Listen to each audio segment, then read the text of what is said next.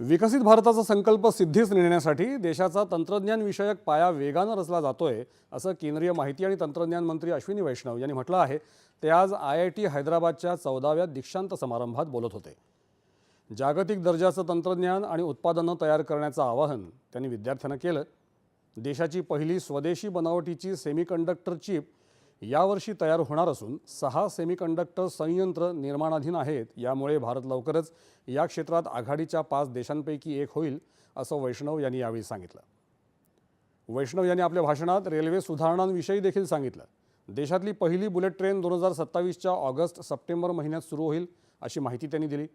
कृत्रिम बुद्धिमत्ता अभियान, कृत्रिम बुद्धिमत्ता प्रशिक्षण याविषयी देखील त्यांनी माहिती दिली। 2047 पर्यंत भारत पहिल्या 2 अर्थव्यवस्थांमध्ये स्थान मिळवेल, अशी अपेक्षाही वैष्णव यांनी व्यक्त केली।